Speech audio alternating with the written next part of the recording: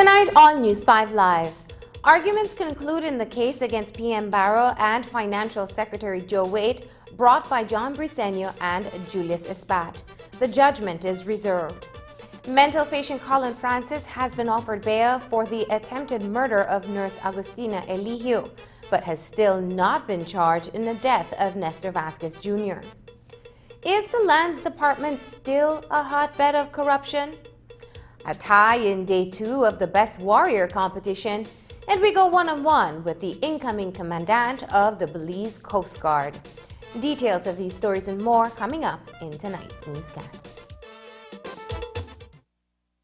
Belize Bank's Christmas Flexi Loans are here.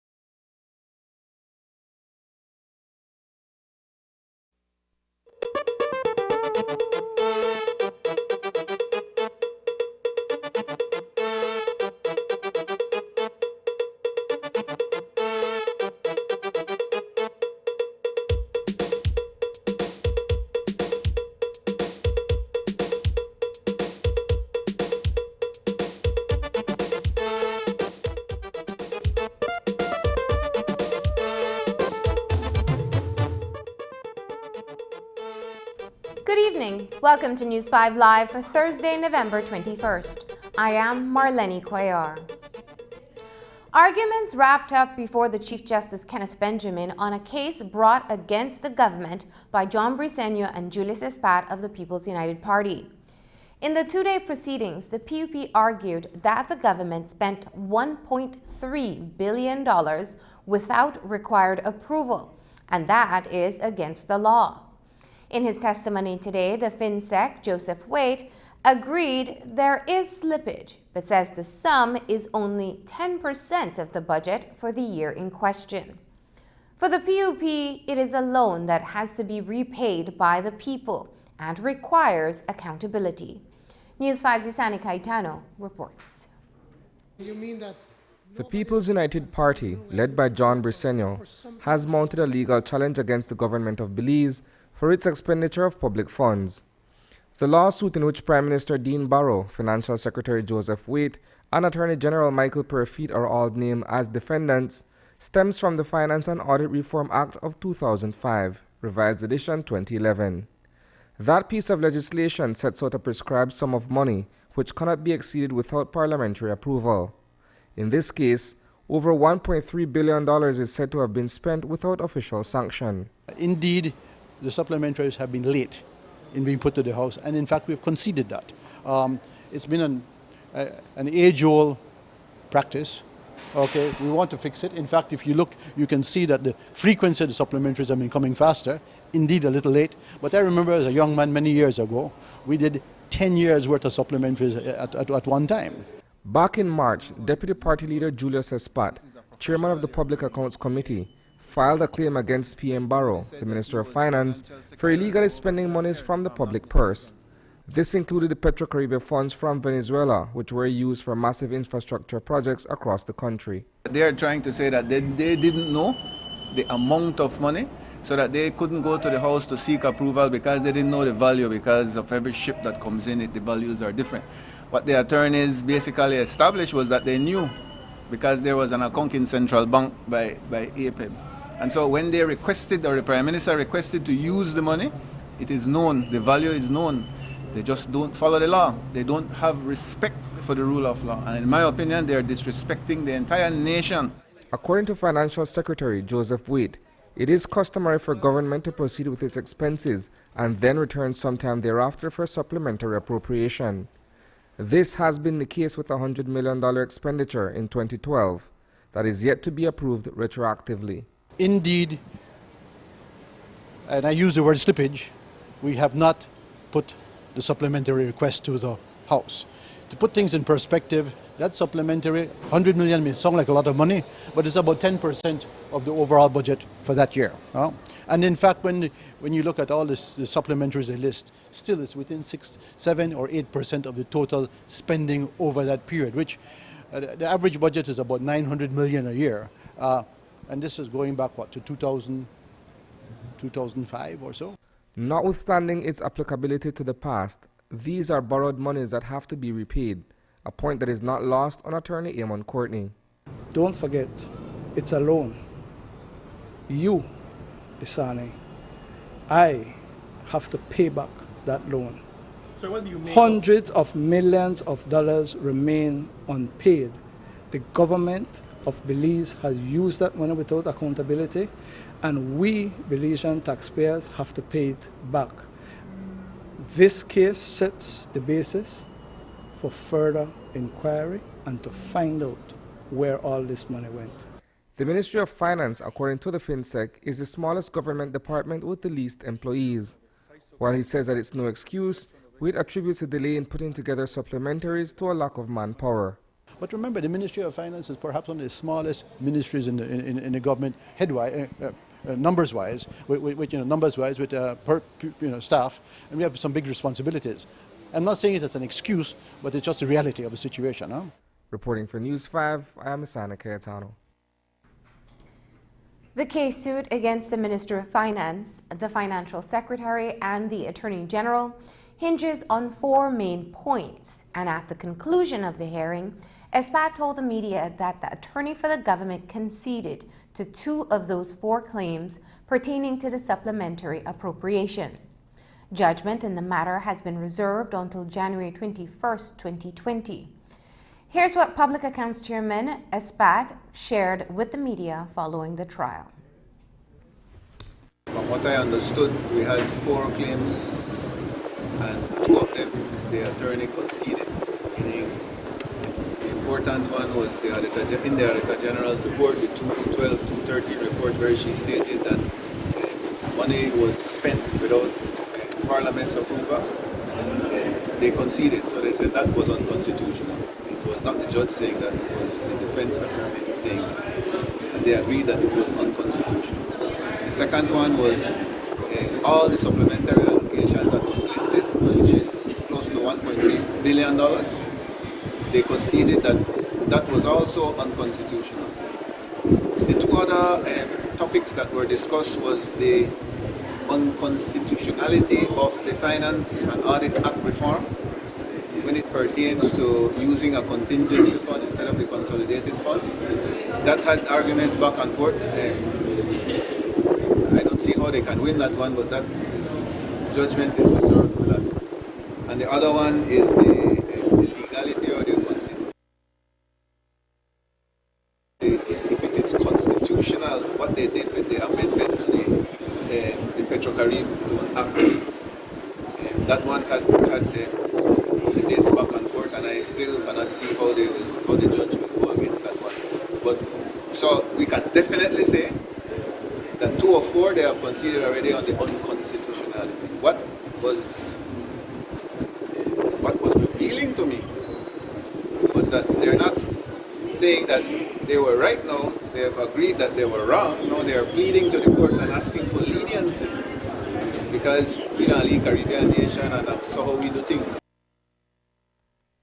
The outcome of the challenge, according to opposition leader John Briceño, should set precedents for other jurisdictions within the region insofar as the expenditure of public funds.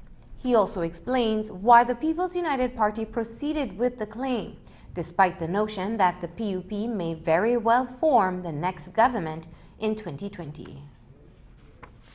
we cannot continue to do business as usual, that we have to be more accountable to people's money, we have to be more transparent, and we have to use the people's money more, I think we have to be more careful how we spend their money. The people in the Caribbean, including especially here in Belize, are demanding more from their leaders. And I am very pleased to be a part of this case. I have every confidence that, on the work that our attorneys have done. And we look forward to the judgment on the 22nd or 21st of January next year. And so people may be asking, why are you doing this, and do you want to tie your hand? Because many people believe that we will form the next government. I think it is very important for not only this government, but for future governments to ensure that we work within the budget, that we work within the constitution, that we work within the law, and that we should always be held accountable. Since the Belize Tax Service was launched back in August as an amalgamation of the General Sales Tax and the Income Tax departments, there have been various concerns among members of staff. Those issues have to do with placement of public officers within that department. On Wednesday afternoon, the Executive of Public Service Union met with government representatives to discuss these concerns. And while Financial Secretary Joseph Waite did not attend the meeting, the Belize Tax Service falls under the Ministry of Finance. Here's what he shared with us as he exited the court at the close of the case against the government. The meeting just happened yesterday evening. I have had no report as to the outcome of that meeting. But in general, the unions have expressed some concerns regarding the placement of certain officers within the new amalgamated department, and we're trying to work out those issues. But beyond that, I can't really say what the specific concerns are because I have not been part of the direct dialogue. But we want to address them, okay? And we want to ensure that there's fairness, equity, and nobody's rights are in any way stepped on. But at the same time, we have to organize the department along functional lines so that we can provide better services to the tax-paying public. There's much more news after the break, so stay tuned. For those who like to have unlimited options in life,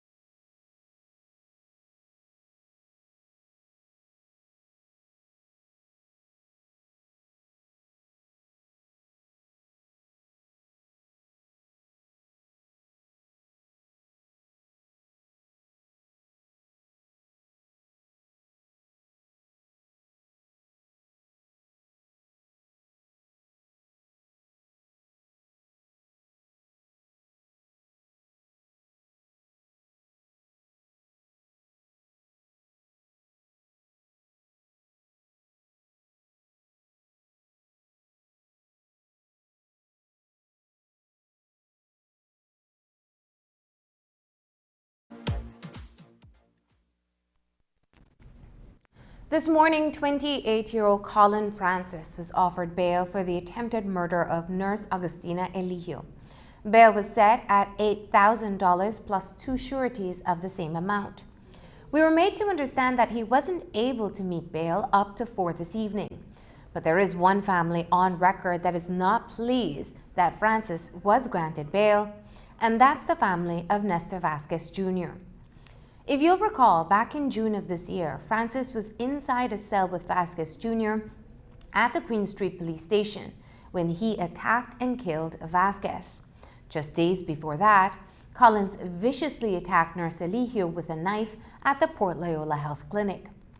So Collins was charged for the attempted murder of Eligio and was remanded and brought to court today to be offered bail for that offense.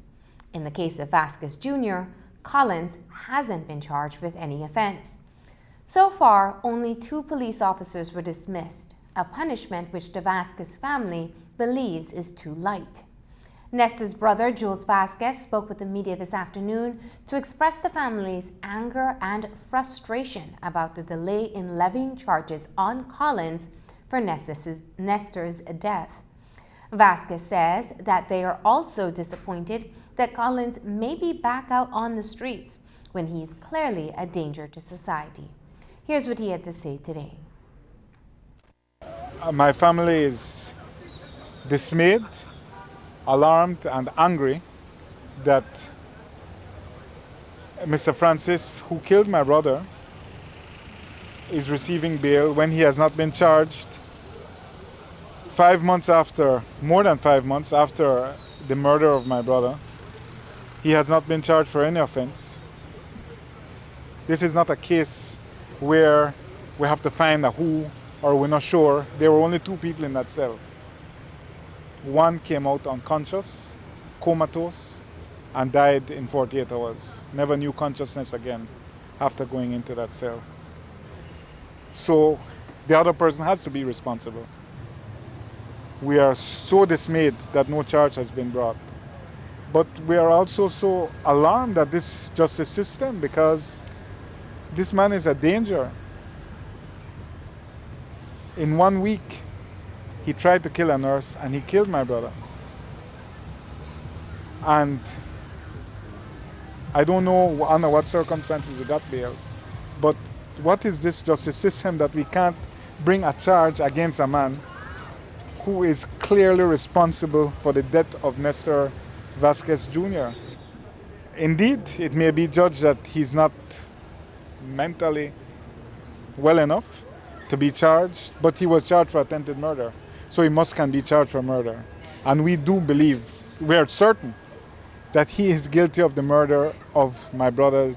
Now, I understand people are entitled to bail, there's a presumption of innocence. But there is no bail for murder except in exceptional cases, and this is not such a case. But he has not been charged for murder. And it's amazing to me that after so many months, that this matter still has not been brought to conclusion when it is a clear-cut case. We are demanding that Mr. Francis be charged for my brother's murder. It's time.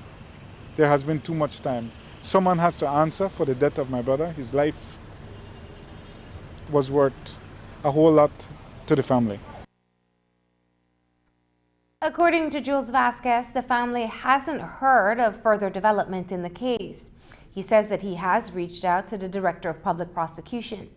Today, he told reporters that the way the criminal justice system works in Belize is regrettable, but that it is a dysfunctional mechanism that the family expected. Here's what he had to say. To bring pressure on the authorities to bring charges for murder. But from the legal process, there isn't anything we can do. We cannot originate charges on our own. So we must wait for the DPP, and I have to apply as much pressure as we did with the police, and those officers were recommended for dismissal. The last time I spoke with the commissioner, the investigator was taking further, and this was months ago, the investigator was taking further orders from the DPP in terms of collecting statements. As I understand it, there was an attempt to get statements from the people in adjoining cells because there were only 2 people in that cell. And so I can see how that could be a problem in bringing charges because there are no independent witnesses. I think we all know we have a dysfunctional criminal justice system.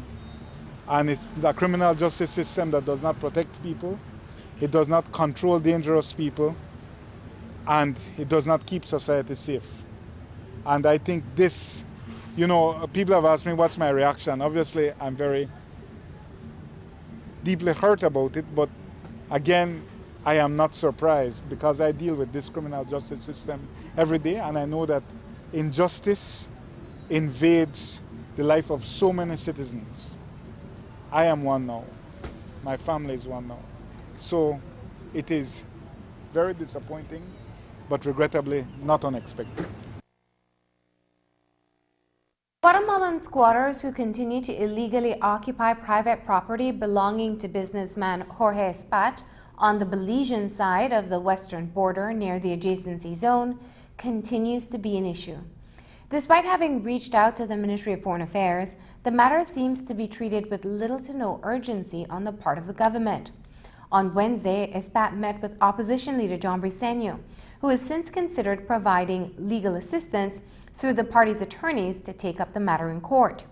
According to Briceño, Espat has been in direct communication with Ambassador Said Badiguera, and efforts are being made to include the Organization of American States to have the squatters evicted. Mr. Espat asked to meet with me to discuss about the challenges that he's facing with his own private land in the border with Guatemala. He expressed not only the satisfaction, but he felt almost as if the government was leaving him on his own, because he for some time has been calling out, been talking to people in the Ministry of Foreign Affairs to say that these people are starting to squat on his land for several months, and nothing has been happening. It's only when he decided then to go to the police, and then he wrote a letter to the Ministry of Foreign Affairs, that then the ministry finally responded to him. And basically the Ministry of Foreign Affairs said that almost as if you're on your own, no? I mean, go ahead and take legal action or go to court and do what you have to do. He has been meeting with Mr. Said Guerra, or Ambassador Said Guerra, and trying to get some kind of advice as to what they could do, and they got the OAS involved. But up to when I spoke with him, nothing definitive has been worked out. But what is very important to point out, that once again the government is seen to either be falling asleep at the wheel or not being aggressive enough when it comes to defending the sovereignty of our country. On April 10, 2019, Belizeans voted in favor of taking the Belize-Guatemala dispute to the International Court of Justice to be settled permanently.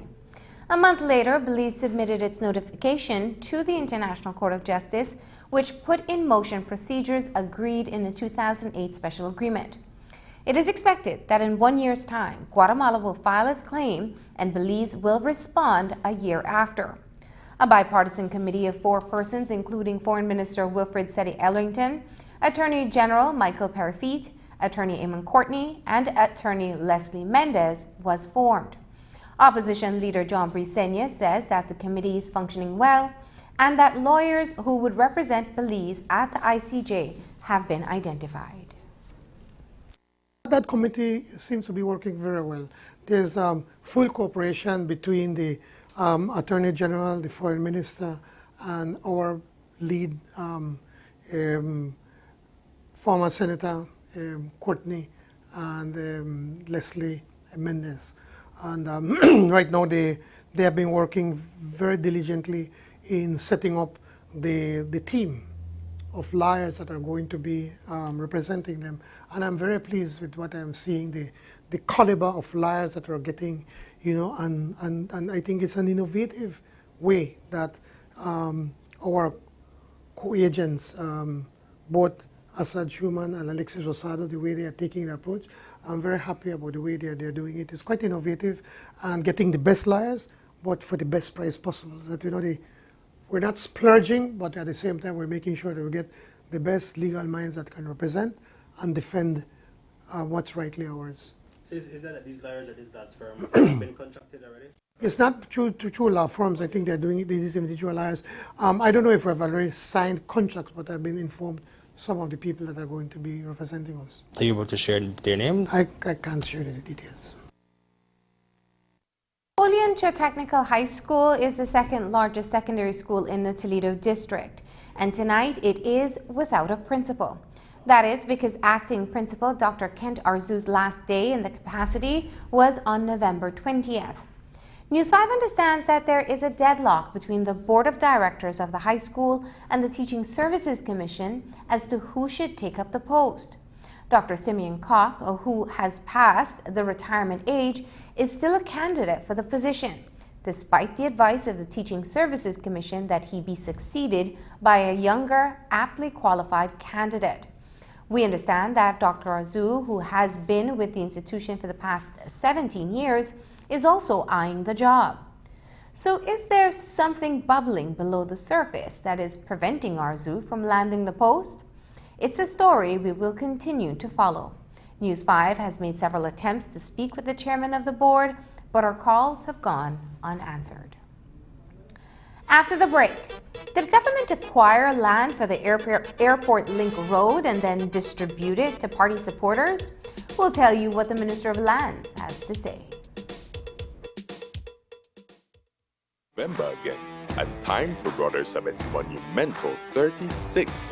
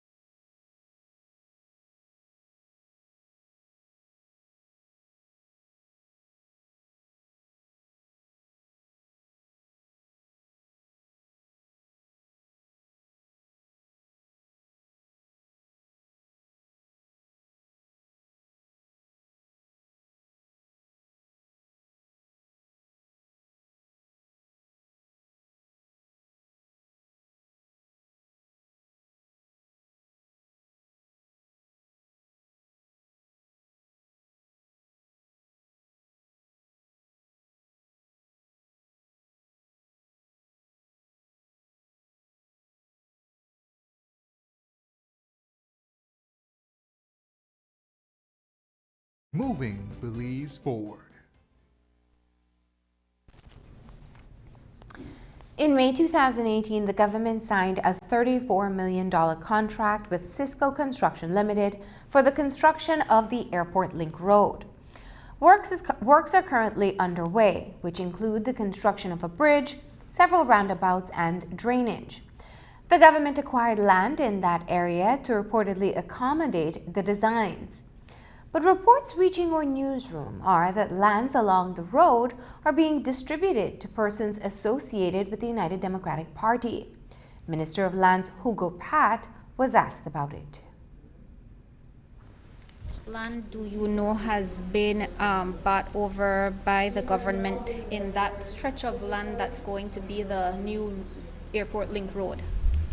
I wouldn't have the issue, but as far as I know, when the project was initially started, government had to acquire land.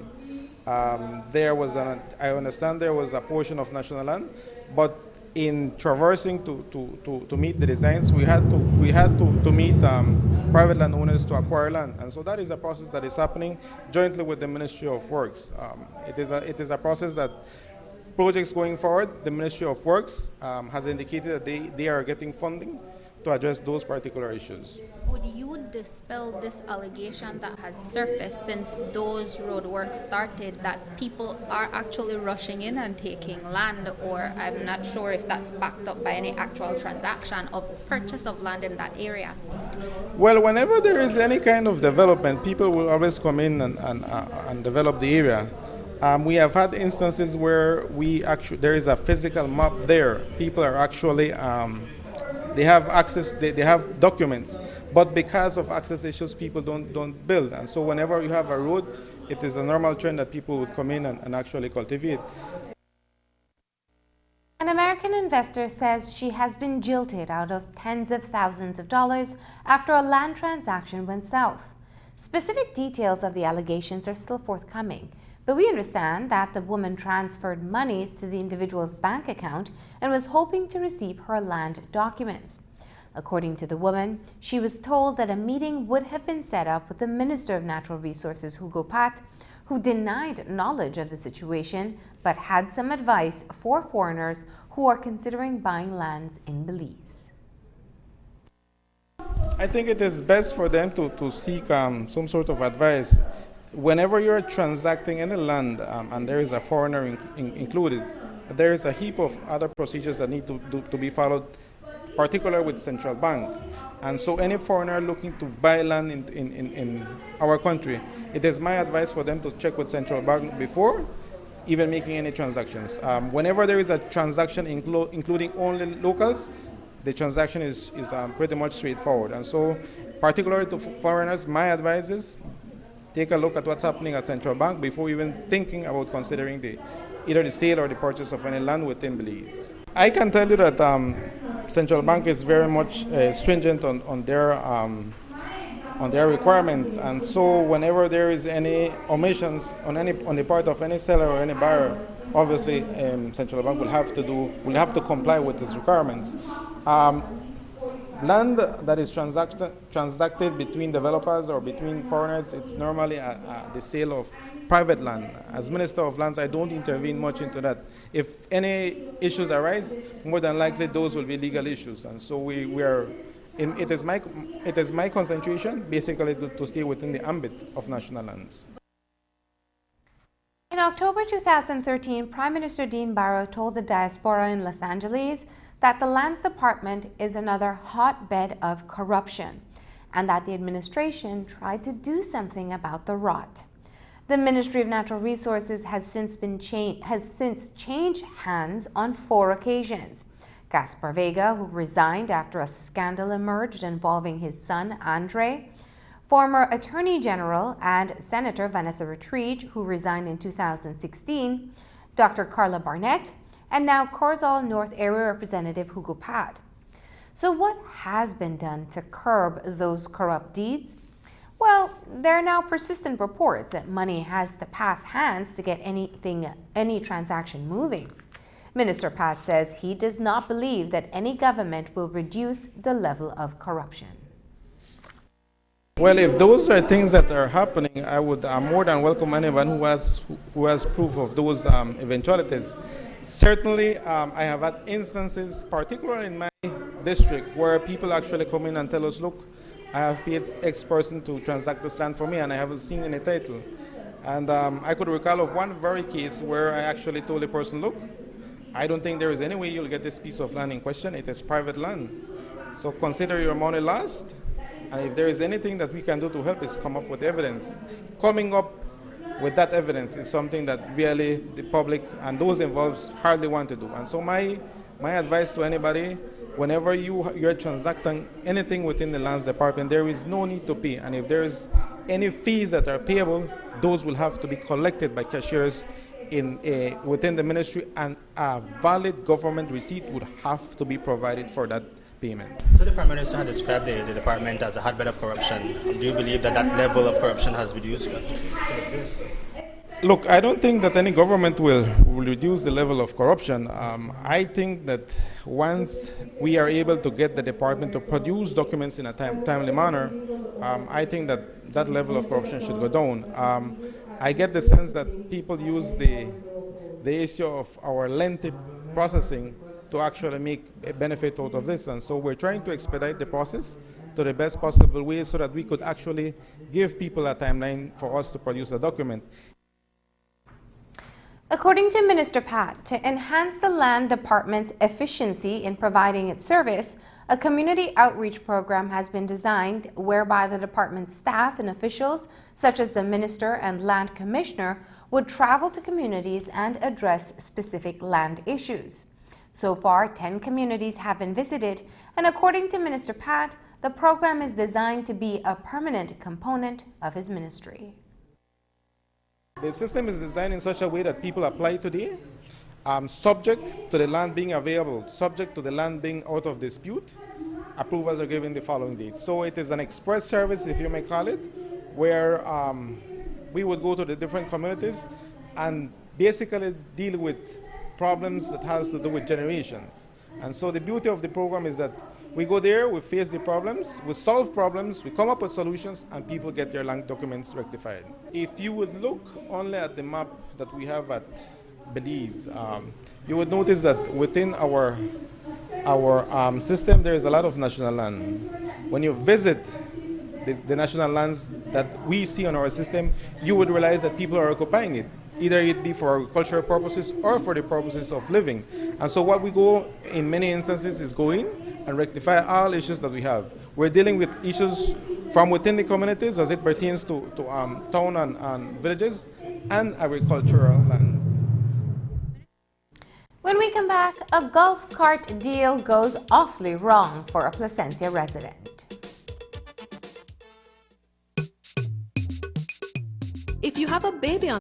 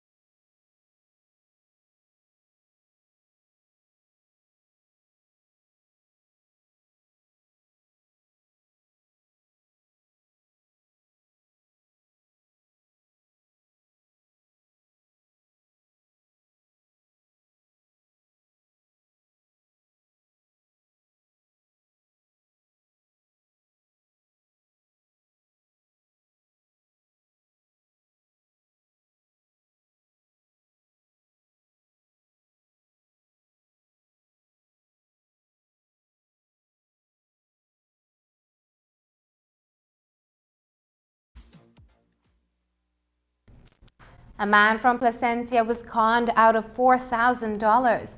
Police say that the 72-year-old naturalized Belizean Alan Stam saw a deal for a golf cart on Facebook and contacted the seller.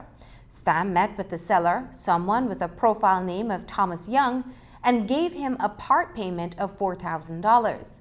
The man gave Stam a receipt, and that is the last he saw and heard from him. Senior Superintendent Hilberto Romero says that Stam reported the incident on Monday. He made contact with one Thomas Young on Facebook regarding the sale of a golf cart. Arrangements were made to make a down payment of $4,000. The payment was received by a male person at Belama, where he gave the person there a receipt. After the person received the money, he left, and thereafter the complainant is now unable to locate this person or to get the golf cart. Police are conducting an investigation to find out who this person is. We want to warn the public that they should be careful and ask for more details and more facts before any transaction like that is done. Ask for identification and so on, verified before you make any payment as such. According to Romero, they don't have any suspects at this time, but there's a group of persons who regularly conduct those fraudulent deals, and so they will see if any of them had a hand in this deceptive business deal. Romero says that there have been at least 3 incidents of this kind involving golf carts this year. The police's IT personnel may also factor into the case, considering the buyer and seller met online. A Belize City man was shot sometime around midday today. The shooting reportedly happened on Lavender Street. According to information we received, the victim is 28-year-old Francis Arana. Sources say that a man fired shots in Arana's direction, one of which hit him in the hand. Arana, who lives in the area, ran away from his shooter into a neighboring house and was taken to the KHMH for treatment. Police officers and scenes of crime technicians were in the area conducting an investigation when we arrived on the scene.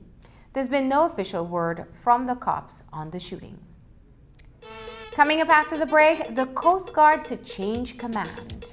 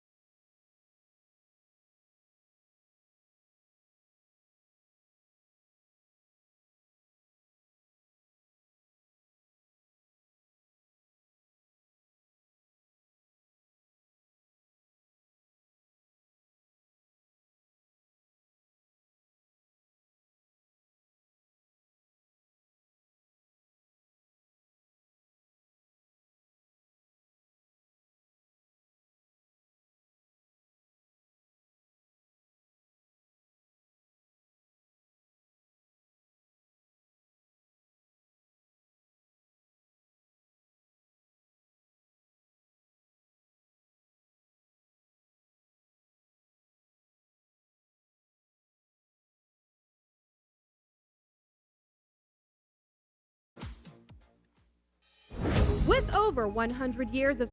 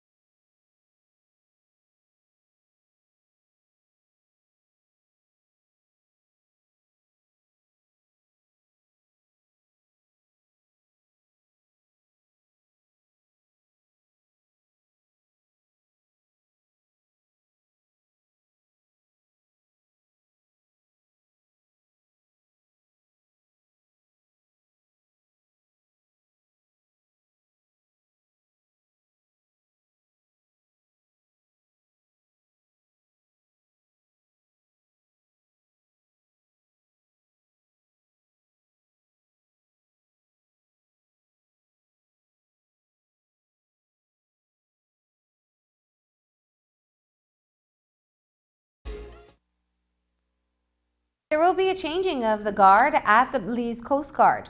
The baton passes on to the current Vice Commandant, Elton Bennett, who has been with the unit since its inception. The incoming commandant says the transition should be seamless and he will continue to build on the mission of the Coast Guard. Today, he spoke with News 5's Dwayne Moody about the journey ahead. Come November 27th, the Belize Coast Guard will be under the command of Captain Elton Bennett. Bennett has been with the Coast Guard from its inception over a decade ago, after it was forged out of the Belize Defense Force. Vice Commandant for quite some time, and having been at the decision table, Bennett succeeds Rear Admiral John Borland, who is moving on to become the Chief of Security of the Ministry of National Security. In a one-on-one today with News 5, the career and senior maritime officer says that the transition will be seamless. I take over as the third commandant of the Belize Coast Guard next week, on the 27th November. I've been in the organization before it started. Transferred from the BDF, was one of those officers seconded to really form the Coast Guard along with Admiral Borland. We're going to focus on different aspects, but we're still on that same trajectory. What happens quite often in organizations in Belize is that when there's a change of leadership, the organization change. That should not be the case. We should be continuing on that same trajectory. I've been a part of every decision made along with Admiral Borland. He has had me by his side for 10 years, and he included me in everything. So all of those decisions, those foundations that we build together, we will continue to move in that direction. We'll continue to build on that foundation that we have laid. The official ceremonies will also include a graduation for an intake of some 87 recruits who will join the numbers at the Belize Coast Guard. Bennett believes that the additional human resources, as well as the recently acquired vessels and equipment, will further assist with the fight against organized crimes at sea. The incoming commandant shared some interesting statistics. Before the Coast Guard was formed, Belize used to average 13 to 15, sometimes 18 confirmed drug shipment by sea every year. Since the Coast Guard formed, we were able to achieve that deterrence by our strategy. We were able to repel those trafficking by sea. I know the new avenue of approach seems to be by air. So we need to configure our forces. We are working jointly through the Joint Intelligence and Operating Center here in Price Barracks in support of the police and the BDF. So it's a coordinated effort, and we need to ensure that we are one step ahead. Drug trafficking today has significantly reduced from what it was 15 years ago. Bennett believes that Coast Guard personnel have acquired a number of skills that can be used to help others outside of the military unit.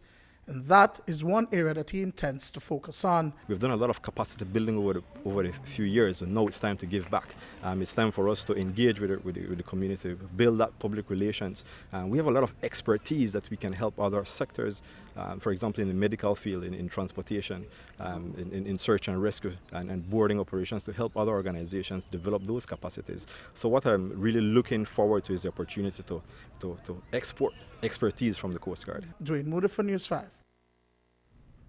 On Tuesday, Belizeans all over celebrated Garifuna Settlement Day.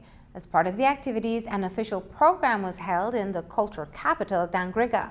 The reenactment of the Garinaga journey from St. Vincent to Belize, called the Eurame, kicked off the celebrations in the early hours of the 19th morning. That was followed by an official ceremony with Garifuna leaders and government representatives. Prime Minister Dean Barrow made his presentation highlighting the contributions of the people and the pressures on authentic cultures like the Garifuna. The PM also announced that the Hummingbird Highway is to be renamed in honor of an outstanding member of the community. Here's more from his speech. Different cultures in a world that is now said to be flat are becoming too alike, and high authentic culture, such as that of the Garinagu, is being encroached on, leveled and threatened with reduction and diminution by the onslaught of artificial appetites and ways of life, so-called mass culture. In this context, the importance of activities such as today's reenactment assumes added significance, becomes a touchstone in the preservation fight. The experts tell us that cultural values are learned, can be forgotten, and can be relearned. All that goes into the celebration of Garifuna Settlement Day thus helps all Belizeans to learn, remember, and relearn the richness of the Garifuna culture. There are over 14,000 Garinagu in Belize, comprising 6.1% of our population. Anyone familiar with the history of the Garinagu knows that it is impossible to exaggerate their contribution to the development of Belize, to the enrichment of our national life. In education, religion, music, poetry, dance, language, agriculture, and fishing, among others, the Garinagu stand out. The theme for this year's celebration, when translated, is Garifuna language is the foundation of Garifuna survival. Leader of the opposition, John Briceño, also spoke at the official ceremonies in Dangriga. In his speech, he championed the speaking of the language to help retain the culture. Here's a snippet from his presentation. We must take seriously the challenge placed before us today. That challenge was expressed in his theme, Garifuna, language is the foundation of Garifuna survival. Garifuna Dawu. When someone's language is lost, their culture dissipates and eventually dies. I join with your leaders in begging you to speak Garifuna to your children. Mothers, sing to your babies in Garifuna so that from early they can hear Garifuna words and be uplifted by the very sound of this colorful language. As for me and our People's United Party, we will continue to push for the teaching of Belizean history across the curriculum at all levels in all our schools. We understand that Garifuna history is Belizean history, and so we commit to do up to support the promotion of Garifuna culture and to promote programs that will preserve the Garifuna language. Up next, there's a tie in Day 2 of the Best Warrior competition.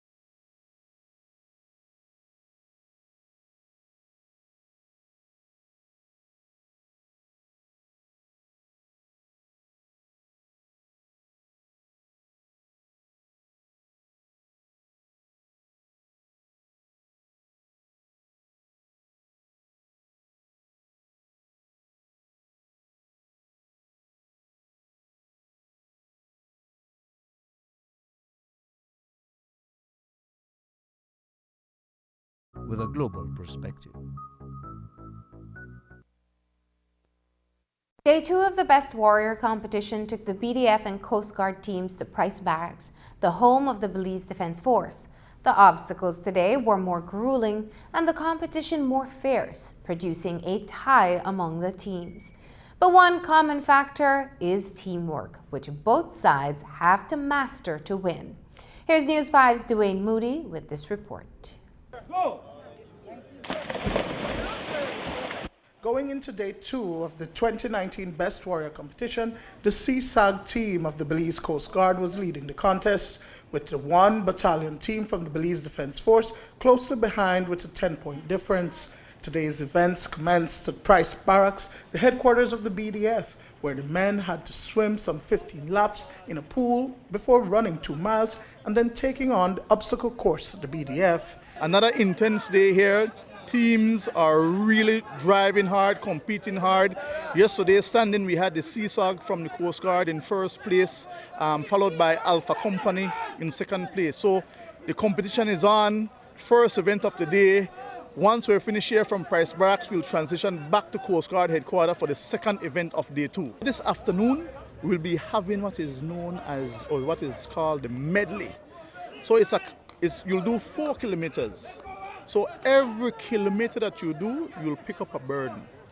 So for the first, let's say for the first kilometer, you'll have a weighted obstacle that you need to carry.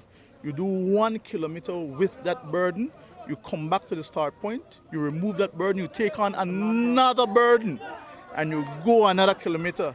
So it's really challenging, and this is where the teamwork, the motivation, and all those attributes that I spoke about comes into play.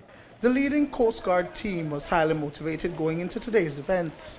Back in 2017, they were victorious over this year's defending champions, the strike team, who were at 3rd place today. Petty Officer Class 3 Ardel Avila says they're taking it one challenge at a time. Mentally, we started the competition from 2-3 months back, putting the hard work on the training ground, and now we just came out to put in our all, and the hard work should pay off at the end of the competition. We just plan to support each other through which obstacle anyone cannot do, and we just make it to the finish, and then hopefully we should have the best time of all the teams today and to remain on the top. But the 1 battalion team, also known as Alpha Company from the BDF, is not going to give up the win that easily. At the end of this morning's challenge, they were tied with the CSAG at 280 points apiece for first place in the competition so far. It's just a warm-up. The first day, we just watch and test and adjust. Right? Yesterday we finished yesterday's event.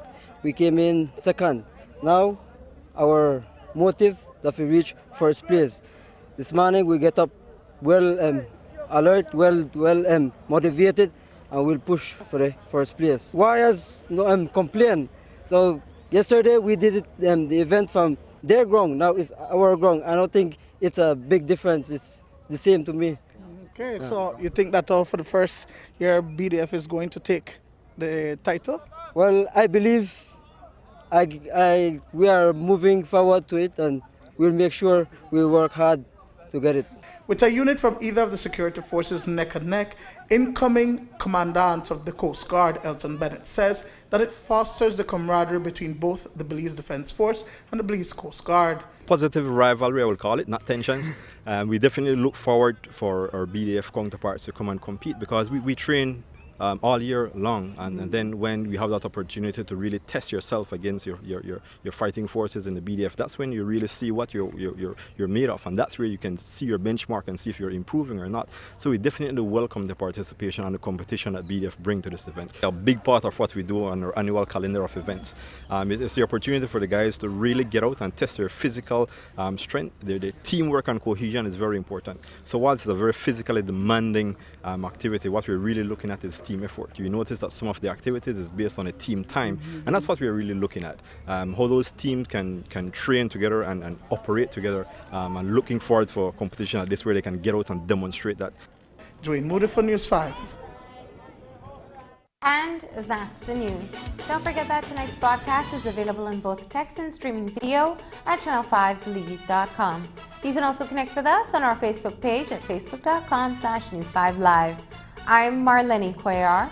Thanks for joining us. And from all of us here at News 5, good night.